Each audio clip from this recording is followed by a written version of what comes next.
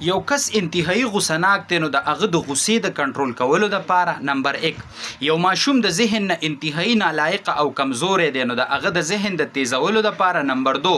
او یو کس دی چې هغه د یرقان یعنی د زیړي په مرض کې مبتلا دی چې هغه هر قسمه زیړی دی د دغه زیړي نه د نجات حاصلولو دپاره د دې درې واړو بیمارو دپاره را سره بیلې قرآني بهترین او مجرب نسخې په دې ننني کلیپ کې وپېژنئ انشاءالله العزیز که چا په پوره یقین سره په دغه طریقه باندې چې دا کومه زه بیانوم دا وظایف وکړل او په یقین سره په دغه مریضان دم کړل نو انشاءالله العزیز دغه بیماری او دغه عیبونه او نقصانات به ترنه د الله په فضل سره څه کیږي دا به ختمیږي اول را سره دا وظیفه وپېژنئ چې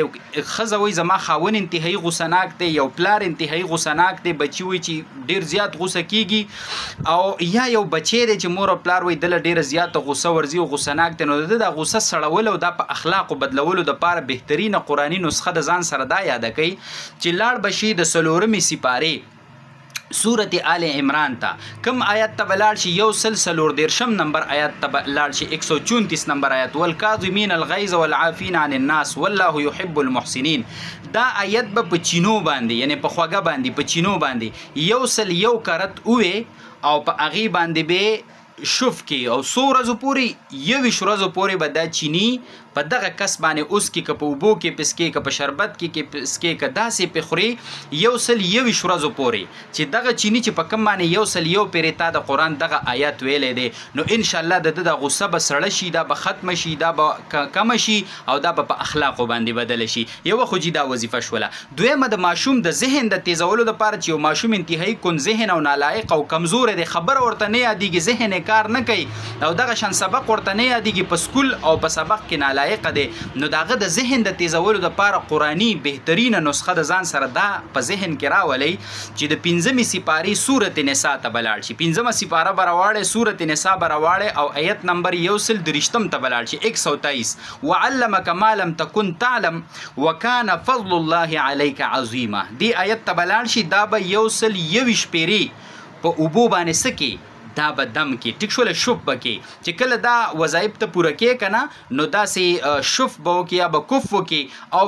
میده انتهایی نری د لاړو هغه دارې چې کوم دي دا به په دغه اوبو باندې وکړي او بیا به دا هغه مریض ته څه کړي دا به ورکړي نو انشاءالله العزیز 121 مرتبه به دا په اوبو باندې ووې او دا اوبه به په ماشوم باندې اوس کې بار بار ورله دا عمل وکړه انشاءالله العزیز د ده دا ذهن به دې سره څه شي دا به تیز شي دا خو دویمه وظیفه شوه درېیمه وظیفه چې یو کس د یرقان یعنی د زیړي په مرض کې مبتلا دی هغه که هر قسمه سخت نه سخت زیړی ولې نه دی خو ته په یقین سره دا وظیفه د هغه دپاره خپله که چې یو پیرې سورت فاتحه الحمد نه ولدوالینه پورې سورت فاتحه یو کرت او و پیرې سورت حشر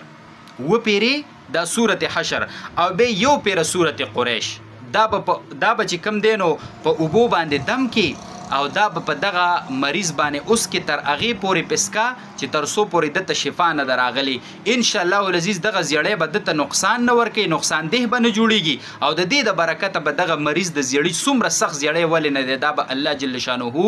شفایاب وګرځوي دا یو درې بهترینې وظیفې وي او ملګري هغوی د دې تپوسونه هم کړي دي ستاسو به مهرباني وي که ستاسو ورته هر مسلمان ورته ضرورت دی خو که چا ورته ضرورت نه وي او داسې مریض ورته نه وي نو مخکې شیر کوي که کم مریضان ور سره الله جوړ کی نو منګو تاسو ته به هم الله اجر راکوي وصلی الله علی النبی